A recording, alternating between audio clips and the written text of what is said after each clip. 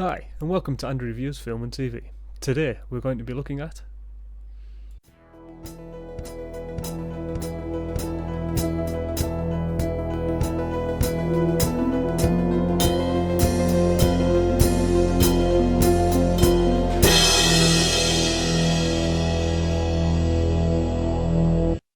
That's right, the 2003 Clark Johnson film, S.W.A.T. The synopsis reads as, a dangerous drug lord offers $100 million reward to anyone that can free him from prison. However, a team of skilled officers must do everything they can to stop him from escaping. It opens straight into the action as a bank robbery is taking place, with the awesome music kicking in as soon as a good guy badass SWAT team arrive. Everything becomes almost under control, then Jeremy Renner's character Gumball is being a bit of a rogue type, not following the order to wait, being a bit of a dick basically.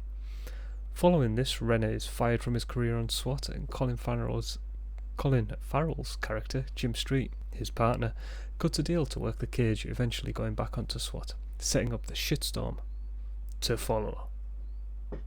Samuel Jackson turns up, we're putting together a team style. Obviously Farrell gets picked for the team. Following this, and collecting the team, is the montage. Gotta be the best, hell yeah, SWAT. A French drug lord is caught by American authorities because of a tail light being out. He then offers a $100 million reward for someone to break him out of prison. Being transported on a helicopter, Hawker Gumball takes an impressive shot, which leads SWAT needing to extract the drug lord Trebek by road, leading to one of the team, TJ, turning villain and aiding Hawker Gumball into getting Trebek and trying to escape with him. This leads to Gumball trying to use a bridge as a runway. Meow, not on a plane. They get the SWAT team right up on them. There's a bit of a gunfight. Gumball bails off the bridge. Street eventually follows when the stuff has calmed down. Now it ends with a 1v1 fight between Gumball and Street in the beautifully shot space between the trains. It's really nice. TJ kills himself because he knows he's got jail time, because he's a naughty boy. The SWAT team saves the day and Trebek gets thrown away. That's a very basic summary of the story. Now let's go through some of the bad points of the film. So you've got the damn shaky cam during the road blockade part. I hate it. I almost got a headache. It was far too much. Why does it happen? I mean, a slight shake. Sometimes it's alright. But I mean, come on. That was far too much. Okay, another bad point. During the gunfights, why were people just walking out from behind cover? It's a gunfight. You're gonna get shot, guys. Why was there a dude stood in the street in the first bank robbery? I'm not a gun expert, but I'm guessing being in the open is probably a bad idea. There were a couple of points where I didn't know it was a good thing or really a bad thing. I mean, you've got one point which is the obvious bad guys. European, Frenchman, Trebek. Come on. As soon as he's going through customs, you're like, that's the guy. You've got Renner. Because of his earrings, man.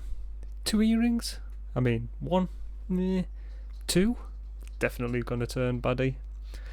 And TJ, as soon as he said, was it he had to go to the toilet? You never mention that you have to go to a toilet in a film. Otherwise something's up. And also you have the, at the end, comms are down, man. It builds a little bit of tension, but his team's the best of the best. You really need that kind of stuff. Now there were some good things in this film. It wasn't just bad after bad after bad, which some action films have done before in the past. I don't want to name any names yet. Maybe when I review them, we'll name them. Call them right out. Alright, so you got Gumball killing Boxer in cold blood.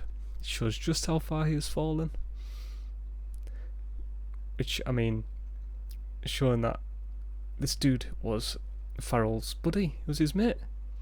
And now it's just pop, right in the head, with no shits given. I think that's brilliant.